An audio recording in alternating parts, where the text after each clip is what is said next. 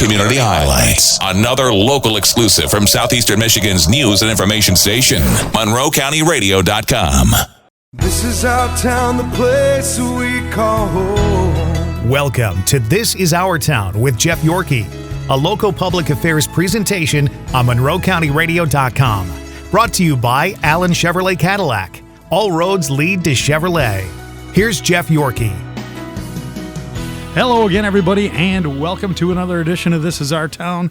I'm Jeff Yorkey. I want to thank everybody for tuning in. And in our town today, we've got Bill Kipf from the Home Builders Association Monroe. How you doing there, Bill? Hi, Jeff. I'm doing really well. It's a great time of the year. Weather's good, and things are happening in the building industry, so everybody's happy. Yeah, they sure are.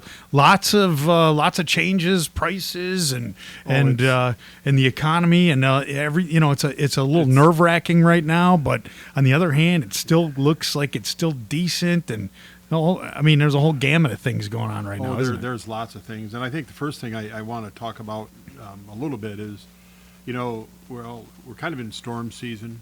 Mm-hmm. And a lot of times there's damage and that sort of thing from some of these windstorms and stronger storms. But the importance of hiring a licensed and insured contractor. A few years back when we had the hailstorm. Yeah, I remember. There was people that came in from literally across the country to do work here. And we needed that because of the amount of damage. There was no way anybody locally could have kept up. Sure. The damage was so tremendous. But when you hire a contractor, I think it's very important that you hire one that's licensed by the state of Michigan to do the work. Yep. And that's insured. And don't be afraid to ask them to prove to you that they are. Right. And they're expecting that. They're expected that. And, and ask for references, too, because it's your house or it's your building. It's your money at risk. And we want to make sure. And what happens sometimes,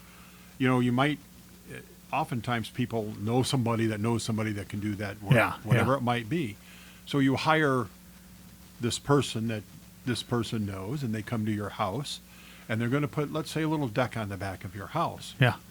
He goes out there, and he's a couple hours into it, and all of a sudden he cuts the end of his finger off. Right.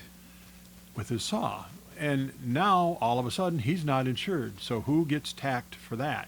Yep. The homeowner does. The homeowner's insurance does. And the insurance might just say, well, you hired somebody that wasn't licensed and insured, and wash their hands of it. Right. You don't know, because the insurance companies try to get out of paying the claim. Yes, they do. That's what they do. So, and you can be liable for that injury to that person, and it could be even worse. But by the same token, a licensed, unlicensed, and person doing that work, you cannot pay them, and they can't do anything to you legally about that. Right. So it's good for both sides. But homeowners really need to understand that they should hire licensed and insured, and they'll say, "Well, that person can save me $300 if I have him come do the storm door for me." And that's what prompts people to do it, that's right? What prompts people to do it. But you got to look at it this way too: that licensed and insured builder that comes to your house, any of the mechanics or any in the building trade, they're generally self-employed. Their truck, their set of tools, and believe me, to be in the business today, you have a big investment in a vehicle and a set of tools, and maybe they got an office. Or a building that they use too.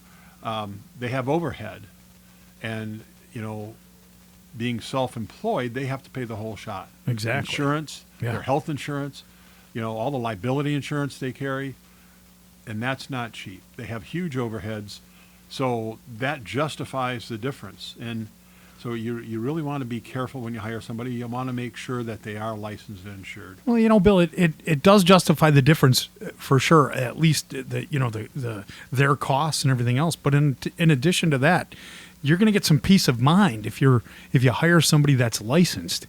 First of all, that they have to have a certain basic knowledge in order to get that license in the first place. And then, like you talked about, they have to be insured. And so those are important prerequisites before you let somebody start working on probably what's the most valuable asset that you own. Absolutely. And they also go through continuing education programs I think it's 3 years. They go through a cycle, and they have to do so many continuing education hours to renew their license, just like anybody in professions. Nurses, doctors, real estate agents, builders do the same thing. Mm-hmm. And in today's ever-changing world of building codes, and technology plays a huge part in putting a house together today. You want somebody that's really kind of staying up on the business and on the industry trends. So be cautious. And, you know, it's difficult for people to do sometimes, but ask that contractor to show you their license. Yeah, yeah. And show you their insurance certificate. And you can check their license out through the state of Michigan, Licensing and Regulatory Affairs. Don't be afraid to go online and search in there and find it and check it out. And if there ever have been complaints filed against that contractor, there's a little button you can click there and it'll show you that. Yeah, that's incredibly important because it gives you an idea right off the bat whether or not the builder that you're entrusting this project in knows what he's doing. And you know, and here's the thing, Bill. Right now, there is a little bit of uncertainty in the economy, right? You laugh, right? I mean, a lot of uncertainty, right? And what happens when there is that uncertainty is that a lot of people, they start instead you know, when the kitchen needs redone, instead of looking for a whole new house, oftentimes they're thinking, well, you know what, maybe we should just stay here. I'm not quite sure how the economy is going to go, and then they want to make those investments in their own home. And that's happened a lot, I think, in the last couple of years with COVID and everybody staying home. They wanted to improve their home, maybe to put a home office in because they work from home now, or add some amenities to the house to make it more enjoyable when they are there. And you know, but one of the things that we really advocate as a Monroe County Home Builders Association is be sure to hire the right people. Yeah. Check them out. Check their credentials. Check references on them. Yeah. And we want, you know, we kind of protect the consumer. Yeah. And that's one of our missions. One of your missions, right? So now you've had experience in real estate for a long time. I got to ask your opinion right now. We touched on the economy right now. You know that people they want an expert to give them some idea. Is this a good time to buy? Is this a good time to sell? Is it a good time to just hold tight? What do you think? Well, right now that's a tough question. Right now we're kind of in a changing market, I think, and you know, interest rates have gone up in the last 5 to 6 months. Inflation's taking a bite out of paychecks, so we're seeing a few less buyers out there right now. Yeah. And with the cost of building materials skyrocketing over the last couple of years, labor shortages, I mean, the cost to build, the cost to remodel is up. Yeah. What's going on with that lumber thing? Remember about a year or two ago, those lumber prices got ridiculous. Lumber's come down some from its high point, but lumber's not the only thing that goes into a project. There's mechanical manufactured goods, there's wiring, there's plumbing, there's sinks, faucets, cabinets, drywall, concrete. I mean, concrete's way up there in cost too. So everything has gone up, and the supply chain problems that you hear about all the time have affected the building industry also. I work with a builder now on the real estate side of my life.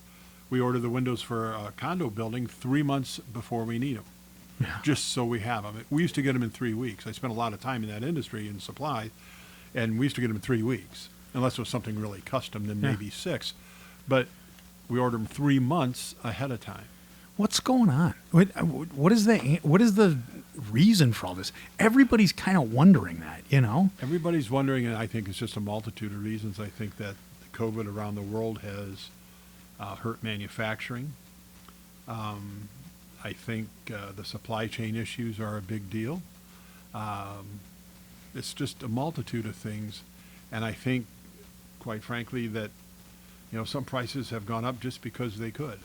Yeah, yeah. You know, suppliers spend a lot of years with the industry being pretty soft. Yeah. And you know, profitability wasn't always there. Mm-hmm. But, you know, industry picked up a little bit, but now it's everything. I think people think in a business like building, right, that if there is going to be an an economy that is local, or at the very least, national, not international. It would be building and home projects. I mean, we have an abundance of wood, and I mean, especially right here in Michigan. The Upper Peninsula is known for it. You have so lumber. You got that. You've got the steel industry. You've got I can't imagine that we're that dependent on other countries for a lot of the resources that we need in order to accomplish some of these projects. Am I wrong about that? No, that's true for a lot of the product, but a lot of the product manufactured goods are imported. The commodity goods, yes, between Canada and the U.S., we supply quite a bit. But a lot of the product is imported beyond that when you get to the manufactured goods. So a lot of the raw materials, we can get those things, right? But actually the finished product, that's a little more problematic. And there's a statistic out there too that'll tell you that it's over 25% of the cost of a new home today is government regulation. Really? And that's only going to get worse in the next couple of months. I have my thoughts about that. Here's what. My opinion, and it's not just in this business; it's in every business, right? The regulation, the overburdened regulation of all of these industries forces. If you ask me, I think it had something to do with the baby formula shortage, for example. When you're down to 4 companies that make this stuff, why is that? Is it because it really costs that much to start a factory to make baby formula? Or is it because there are so many regulations, so many rules, so many things that the government is watching over that you got to pay for a team of lawyers, you got to pay for a ton of insurance, you got to pay for all these things before you ever even make that first can of formula? Well, that's true. And when we look at building in particular, 6 years ago the code changed and they adopted some things on the energy requirement side of things that drove the cost up on an average 1,800 square foot home, probably $6,500. I mean, that's just lot. On the energy side of things. Yeah. And every 3 years is when they're supposed to update the building code. They skipped it 3 years ago. We're in the midst of that now, and I think this fall they are going to adapt some things to the Michigan building code. And again, they're coming at it with more things on the energy efficiency side. And to me, it's kind of ridiculous because there used to be kind of a rule that if you can't see a payback on this improvement or this requirement in 7 years, you shouldn't have it. Yeah. Well, the last one took us over 100 years to get a payback on. That's ludicrous. And we're going to make it even more stringent now. And not only in that type of thing, but there may be a requirement that any new construction, and it might even go down to major remodelings, you have to have a charging station in your garage for electric vehicles. And they're looking at how much water it takes to flush a toilet. And they want to take that down to like 0.8 of a gallon. Mm. Well, the people that manufacture plungers are going to be happy about that. They are. So, I mean, there's just lots of things. And they might even, and that's been a battle that our state association fought years ago, and it really cost us a lot of money, was requirement for in-house sprinklers for new construction. You have to put a fire suppression system in all new houses. And that might come back again. A suppression system, not an alarm system. A sprinkler system. A sprinkler system. Now, in Monroe County, we have a lot of rural building. Mom and dad's farm, they break off 2 acres and their son or daughter builds their house on there and they're there at the family homestead. And maybe they have a well. Now, that's a question. How can that well provide enough head pressure to operate a suppression system if need be? Right. And then the other thing that'll do, if you're putting a fire suppression system in, those sprinklers are in the ceiling. So here, every now and then it gets a little below freezing in Michigan in the wintertime. So how are you going to protect all those lines from freezing? Well, now more you've got insulation. a whole new game to look at. And they had said that they figured the average cost of a sprinkler installation in a new constructed home would be around $16,000. And, I understand that, yes, sprinklers might save lives. Smoke detectors save lives, too. Sure. they alert you and they give you time to get out if you put them in your home. And you know the risks when you move into a rural area and you got a volunteer fire department. You know that your insurance coverage is going to be a little bit higher. You understand that. You factor those things right into into those that decision making process in the first place. But it's great now that we have politicians that are kind of telling us, how to protect ourselves. Well, you're going to get me going here, Bill. I don't want to do that. But, like I say, government regulations, and not only just in the building itself, but in development and in everything else we do, the government regulations that... So that's that's helping to contribute to the inflation in the housing market. Even, you think about a ladder. They have to put warnings on it to tell you, be careful, you might fall. Right.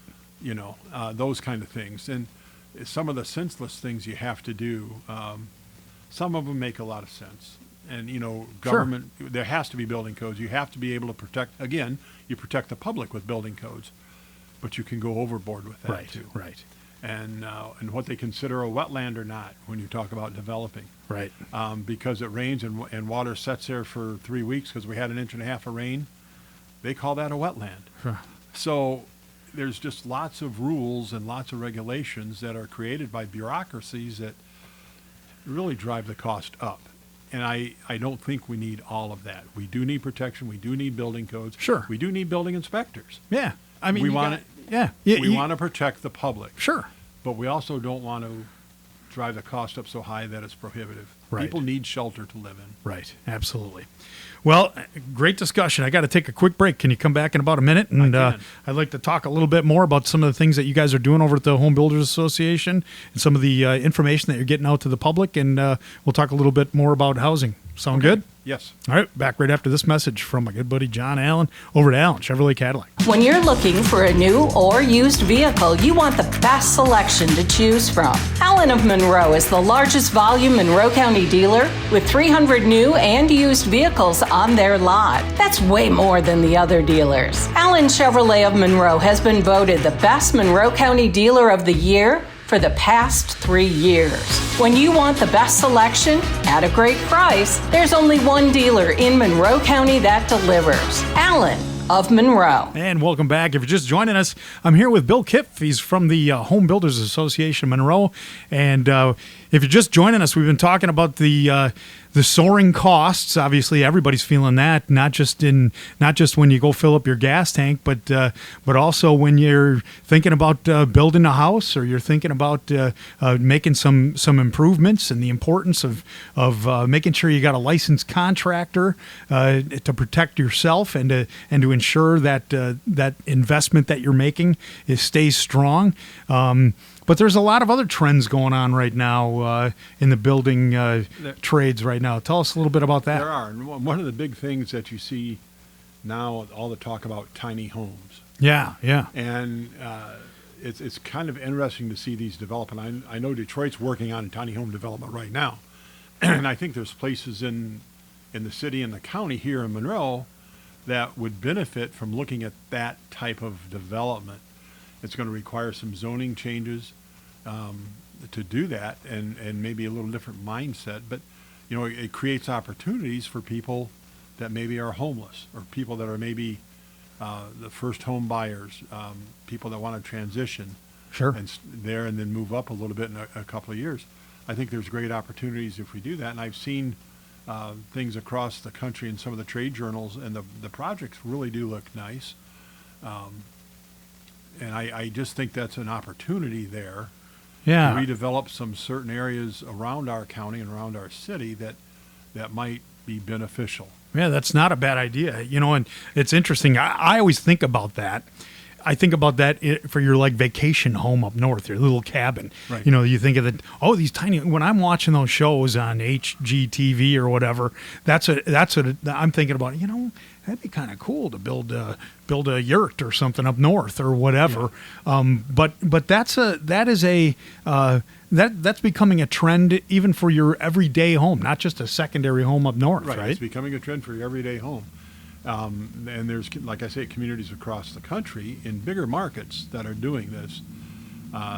So it's something I think we have to discuss. We have to look at as an alternative, especially with the high cost of development. By the time you look at putting in the infrastructure for a development, the sewer, the water lines, gas lines, the streets, and the cost is so high. And before you do that, you have to all the engineering fees. Yeah. So the cost is so high, it drives the cost per lot up. So now if we can get more lots in a given area, a little smaller lot with a tiny home on it, then that might make a lot of sense. It does, and it benefits in a number of ways. Obviously, you're like you mentioned, the cost goes substantially lower, which enables maybe you can build that home when you're a lot younger than you might otherwise. But in addition to that, I know definitely the younger generation, they're concerned about climate change and things of that nature. You're using a lot less energy to heat those the whole those carbon rooms. footprint, if Sure. you want to call it that, is smaller on something like that. And the other thing that'll do, it will take areas that isn't generating a tax base right now Right. and generate property taxes for the community Yeah.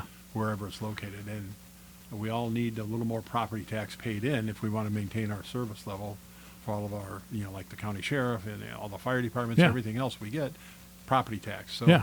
it creates new property tax base.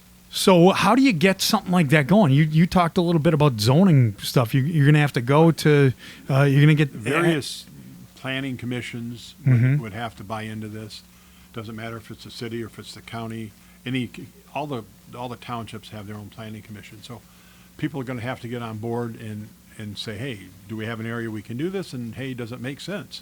Yeah. I personally think it might make sense in some areas throughout our county. Yeah.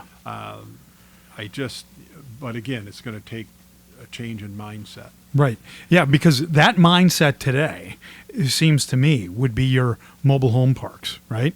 I mean, Right. that's where you would find a similar sort of, benefits, a cheaper homes and a lot more, a little bit smaller. But instead of that maybe isn't a permanent development, you can still move that manufactured home if you want. Sure. We're going to put these on foundations. They're permanent. So it's just like a regular house, only it's a little smaller. Yeah. Yeah. And, and looking at how big of property and how far do you build from the lot line? In today's world, the total from each is 15 foot, like 5 foot on one side of the lot, 10 foot on the other from your side setbacks. Maybe those can be a little smaller. Right. Do we have to have that? Maybe it can be 5 and 5 and thereby getting another extra lot or two in a development. Because oftentimes that makes the difference between having it a profitable development for the developer or not.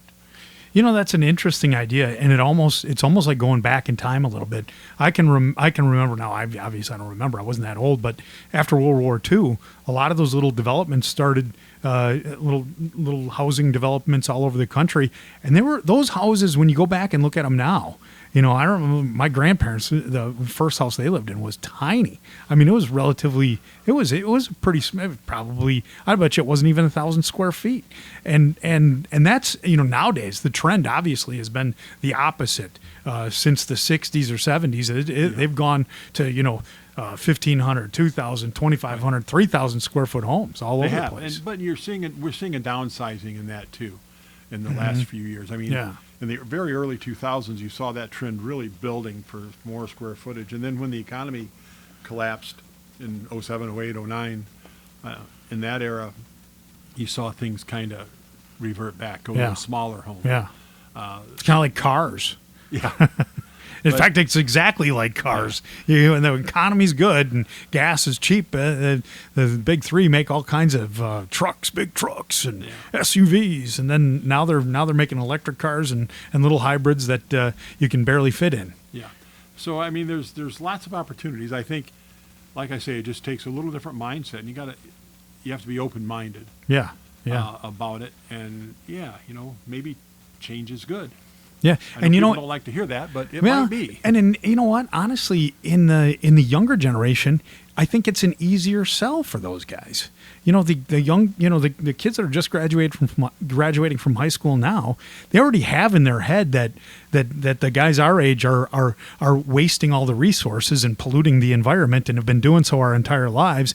They have this idea in their heads that, the carbon footprint that we leave is a very important a legacy. And so I think I think it would be an easier sell, and I think it would fit exactly what they're looking for. I agree totally. I mean, it wouldn't take much to heat a smaller home like that, or the cost of electricity we can't really do a lot about, but right. The efficiency you get on the new appliances and the new mechanical equipment and the insulation in a new home, overall you're going to have a lot less of a carbon footprint. And that seems to be what people are concerned about. Yeah.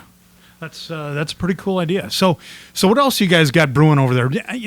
Let's talk a little bit about the Home Builders Association in general. I mean, it's primarily an educating thing, right? I mean, that's what you guys are trying to do. We do supply some education for the public, and there are courses available for our builders.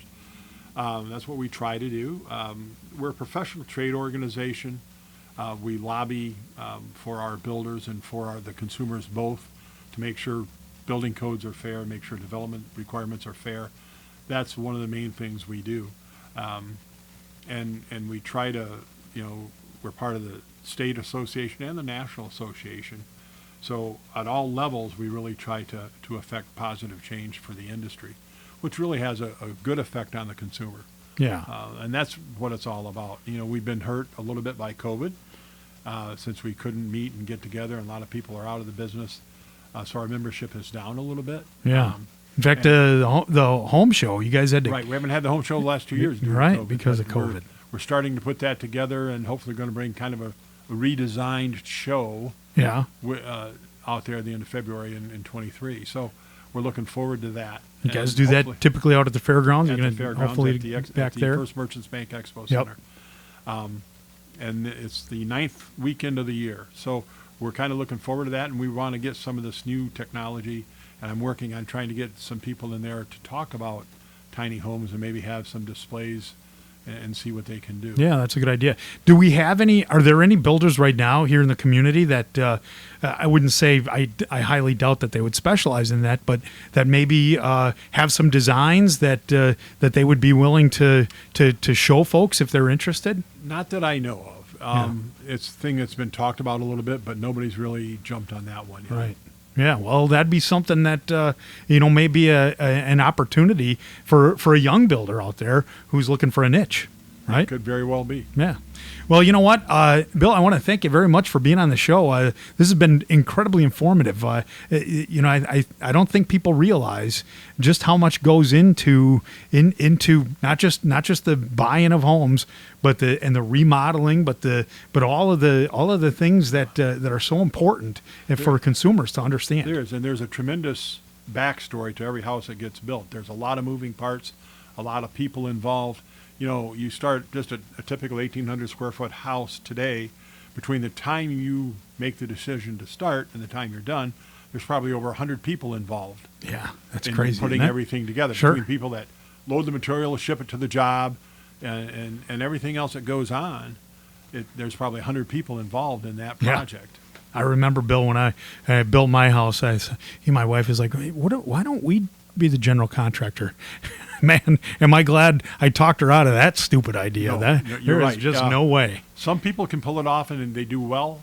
I've seen divorces happen when they've tried to do it. Right. And some people really, unless you understand the flow of construction and how things work, you really probably should hire a contractor. Yeah. That's the best way to do it. Everybody thinks a contractor makes, if it's a $300,000 job, they think $200,000 profit for the contractor. I can tell you that is not true. No. And the headaches you run into and the decisions you have to make along the way, you want somebody skilled, you want a professional helping you through that. So, Bill, if I want to get a hold of you guys or see what you guys are up to, got a website? HBAMonroe.com is our website. You can email me at info@hbamonroe.com. And then you guys got a Facebook page too, right? We do. You do. So there you go. So if you've got questions, you want to see what you guys are up to, that's where you go. And Bill, that's all the time we got. But I want to thank you very much for a very informative show, and thank you for educating the public about all the new things that are going on right here in Monroe. Well, thanks, Jeff, for having me, and thank Monroe County Radio for doing this. I hope it helps somebody. Absolutely. All right. That is all the time we have for this edition of This Is Our Town. Now we're going to send it over to my good buddy Bob Vergils as he goes bobbing around Monroe. Until next week, take care, everybody. Join us every Sunday at noon and Tuesday at 7 p.m. for another edition of This Is Our Town with Jeff Yorkey, a local public affairs presentation on MonroeCountyRadio.com. Brought to you by Allen Chevrolet Cadillac. All roads lead to Chevy. This is our town, the place we call home.